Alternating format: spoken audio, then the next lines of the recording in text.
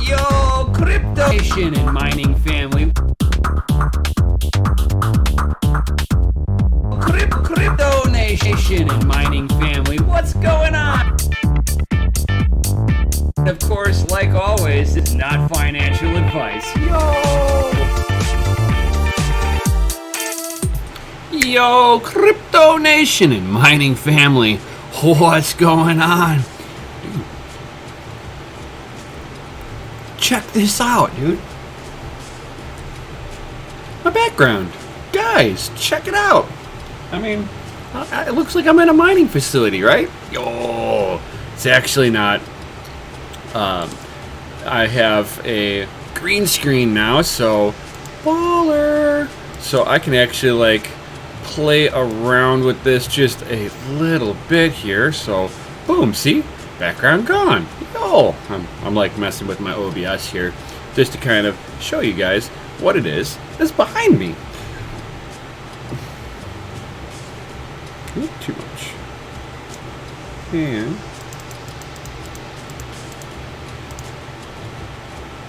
And if I can even sit here. I believe I can do this. Oh yeah, that's right. I can. Boom. It's like I'm not even there. It's a ghost in the machine. Yeah. I know. Cheesy. And get everything set up just like that. So boom, baller. So now I got a green screen, a little bit more professional looking, I guess. At least I don't have to worry about if my testing equipment that I got behind me and stuff like that. It is now kind of hidden with the rest of my house, so you guys don't have to see if I got a messy house or not. Awesome. So moving right on along. If you like this kind of stuff, guys, definitely smash that Lizzie like button. I'll be fixing him too here to where it's just a dude and he doesn't have this black square around him. I will be trying to find one. And then if you guys like this and you'd like to support the channel, of course, you can head down below and you can join the Patreon for late night mining. Yo, helps out me and Mikkel. Otherwise, you can always check out hotrodmining.com, guys. Hey, check it out, dude. Background goes away, and now it's a big screen. And now I do have like a little border, like right here. It's like, whoop. I can do the same thing this way. Whoop. So it's kind of cool. So if you would like to check it out, this helps me out. It looks like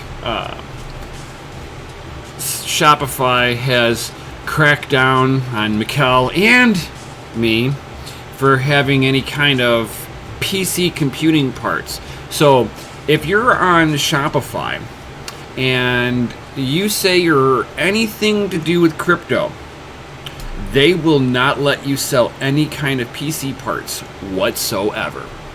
They didn't single out any one particular item in my, because I was selling a whole bunch of different pieces, but they labeled the entire category for mining. It can only be used for mining. You know, the thermal compound that, sinuses, still getting over my little cold, but stuff like this, my thermal paste, you know, you can use it on GPUs, CPUs, anywhere where you need to have some thermal transfer of heat. Dude, you can use this stuff. Yeah, they won't let me sell that because this is only for mining. It won't be used anywhere else but mining. Fans. Oh, you can't use fans on your computer case for your main desktop, right? Nope. That's mining only too.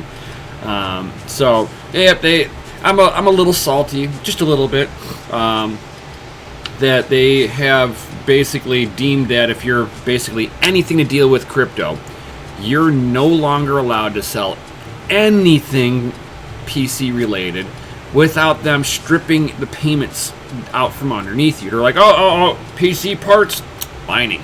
We can't facilitate your payments anymore.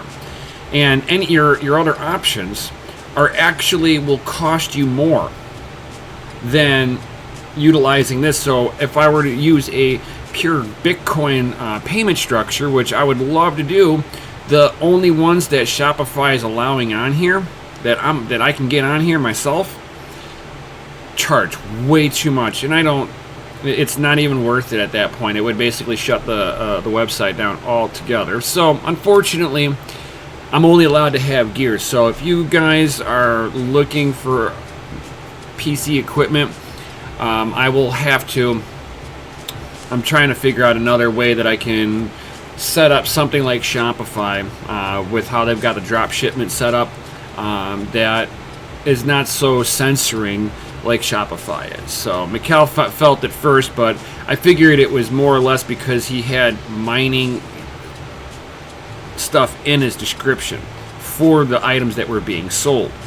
I figured if I just removed anything that was directly mining related, that they could sit there and say, yes, this is all for mining only, and just kept it to basic PC parts, that it was going to be all good.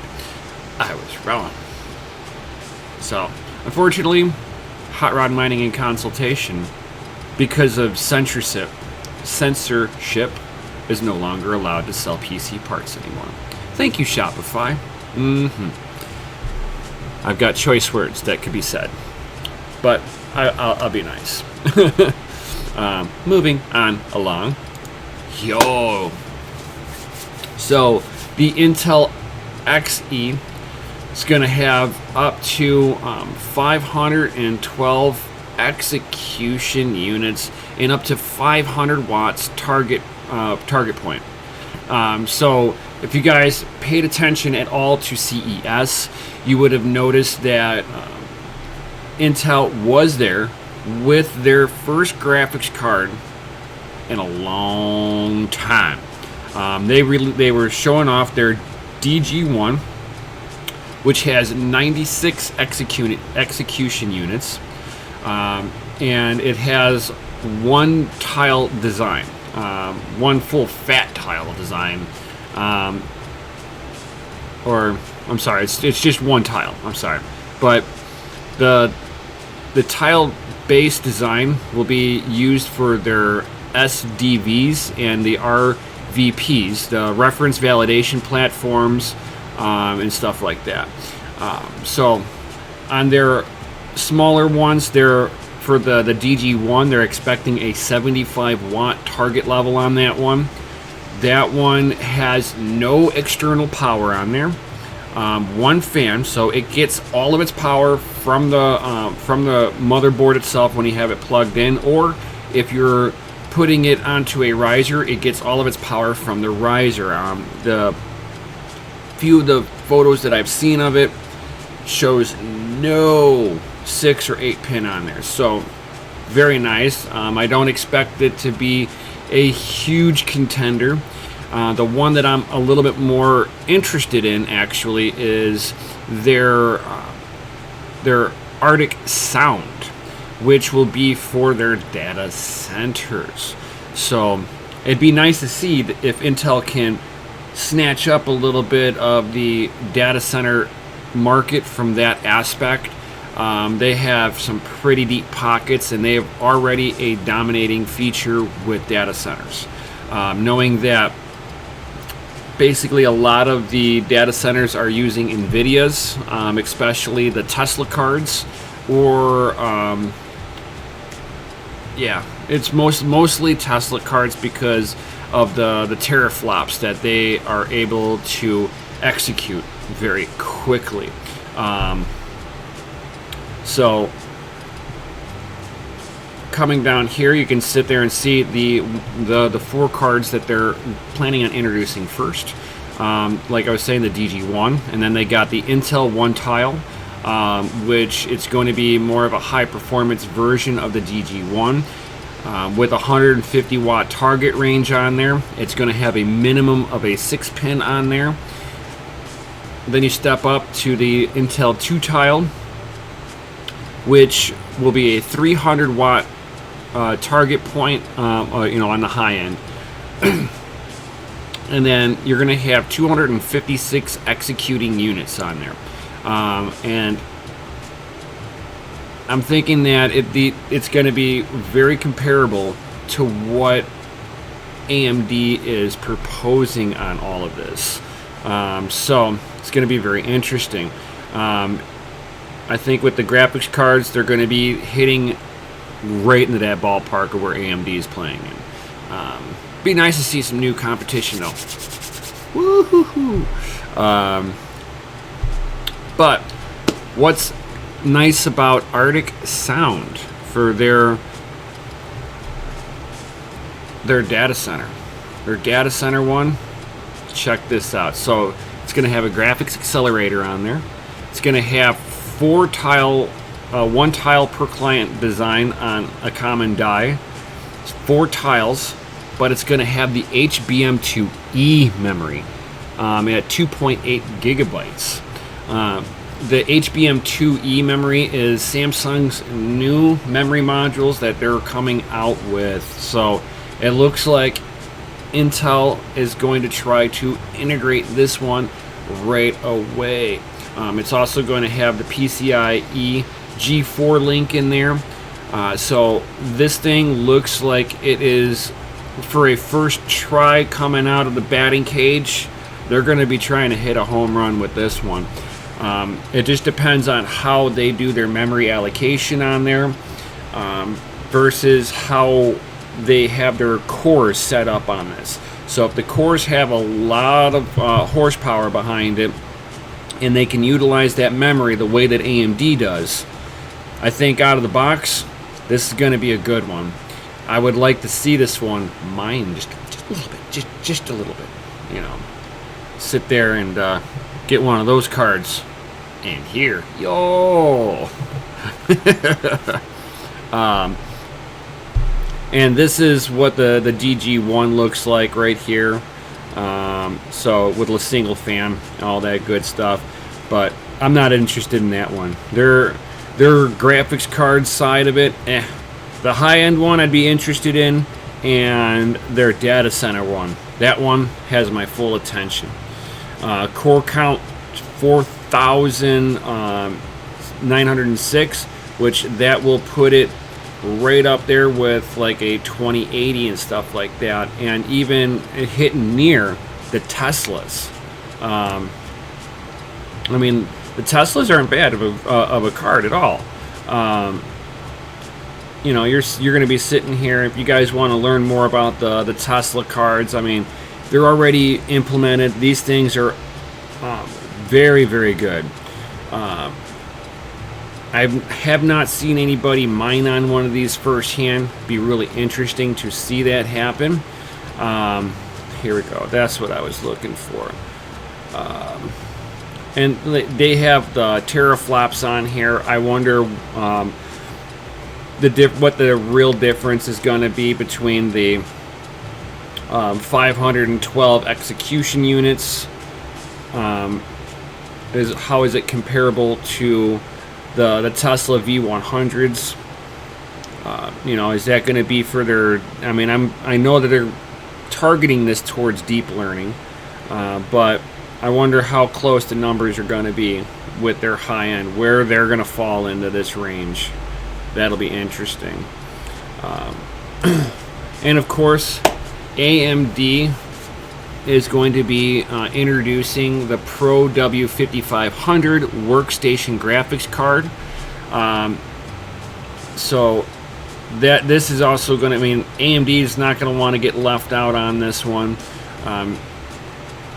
This one is going to have 22 compute units in there, 5.3 teraflops on the W5500. So they are wanting to play in the play with the V100s. This is them sitting there swinging back at them. So you're going to have 130 teraflops. So they're a little bit behind, but it's the whole fact that there's another contender doing this. AMD is not a huge market cap company. They don't have huge budgets like Intel does and Nvidia. Nvidia even has a bigger market share than AMD. So for them to sit there and come out rocking it with one of these cards, not bad. I'd be interested in what the price point is on one of these, and I do know that they are, I believe that these things are also using HBM2 memory in there, if I'm not mistaken. Or nope, I'm sorry, GDDR6 memory in here. And that's probably some of the reasons why they're able to get the pricing down on these too. There are some leaks that they're, I'm not going to confirm them here in any way, shape, or form until they have confirmed it themselves. But it looks like it's going to be a reasonably priced workstation card. It's not going to be something for gaming on in any way, shape, or form. This is going to be a workhorse. And again, something like this, I'd be interested in how it mines. Knowing that it's AMD, I know that the core on it's not going to be all that, so it's going to be heavily reliant on its memory, which means that it should be a powerhouse for Ethereum and Ethereum Classic. And then, of course, AMD with the Radeon M100 with 32 gigabytes of HBM2. Woo! So their Radeon Instinct architecture, they're going to be coming out with some pretty heavy hitters, all with that HBM2 memory modules on there. So these things are going to be pretty expensive. They're going to use a substantial amount of power on there. They're going to be basing these on the Vega 20 architecture, so keep that in mind too. That it's Vega stuff. So you're looking at Radeon 7 stuff going into here with a hopefully they can make a driver that works this time. Considering that when the Radeon 7 came out, you were 50-50 chance on if your fans would even turn on when the card got hot. Drivers were really unstable. It's some of what killed the card in the first place. On top of that, it was mainly a test bed to see what would work better, the HBM2 memory, or if they should just stick with the GDDR6. And you can see whenever they launched the 5700s, that had the GDDR6 in there. Boom. So, with that being said, these are not going to be, I don't think they're going to be putting towards gaming on this. I don't have high hopes for gaming. I believe that these are going to be, I don't even have any, I haven't even seen any kind of releases of photos yet, but I think these are also going to be a workstation card of some sort. Maybe it might do some display, but I'm having some doubts on it. I don't think that this is going to be your next generation GPU in any way, shape, or form. If it is, it's going to be a very specialized card, and either way, I would love to see it mined, but it's probably going to be really good on Ethereum and Ethereum Classic. Anything with a DAG file, right? And then with Nvidia, they're not going to be competing with Nvidia in any way, shape, or form. They are going to be looking at just taking a small market cap. So AMD's come into the market cap of the servers, and they've taken about 5%. For a small company, 5% is huge for them. So this is going to help them out a little bit. It takes a little bit from Nvidia, takes a little bit from Intel. It needs to have some more competition because they are getting ridiculous on pricing for these things. I mean, the Tesla card, you're talking about a server grade card that does deep learning, and it's thousands of dollars. That's for rich people, right? And then one last little thing before I sign out of here.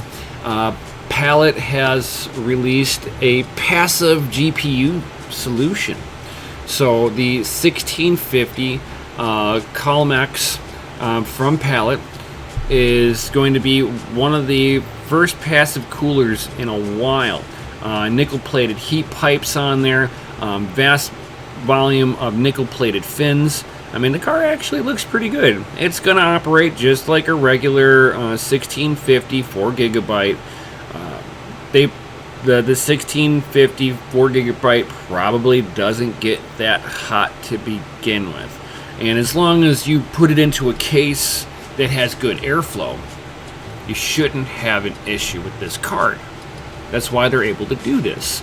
So, just make sure that you're not putting it into a micro case that, if you ended up farting inside the case, you would smell it a week later if you opened it up. Those are not very good ventilation. You need to make sure you're putting it into somewhere, in an environment that it can breathe. If it's just getting stagnant, what'll end up happening is it'll start playing for you, and then it'll start thermal throttling, potentially artifacting on you until the driver crashes your game, all the stuff that just irritates you when you're using your PC. So I was looking at one of these for maybe some testing, but once it's like once you realize that it's still a 1650 4 gigabyte, you already know that it's not going to have the greatest performance. And I don't want to sit here and actually buy this card unless it's like maybe $50, maybe, and even then it'd be a hard maybe. The reason why I say that is it's basically got the performance of like a 1050-ish, a GTX 1050, somewhere into that ballpark. So the performance isn't that great, in my opinion. Hashing on it, no. I wouldn't use this for mining. I would test it if somebody ever got one and he let me test it. I will test it on mining. Oh yeah. But as far as me wanting to get one of these, it really doesn't have my interest, other than the fact that I do like how clean it looks. I mean, it really is a very clean looking GPU. So depending on how you're wanting to set up your PC and you're not playing hardcore game, maybe you're a casual gamer, you use your computer mostly for doing crypto research, this might be a good solution for you on a budget. I haven't seen what the price tag is of these, but these are from Pallet. These will not be sold locally here in the United States, so the best thing that I would ever be able to see these on is a second-hand market. So unfortunately, I won't be able to really play with one of these, although the solution looks really clean. So if you guys like this and you'd like to support the channel, of course, go down to the links down below. Check out hotrodmining.com and check out the Patreon. Of course, smash that Lizzie like button, subscribe, hit the bell notification, and share this video with at least one other person. It helps me grow my channel. And with that, guys, like always, I'll see you on the next one.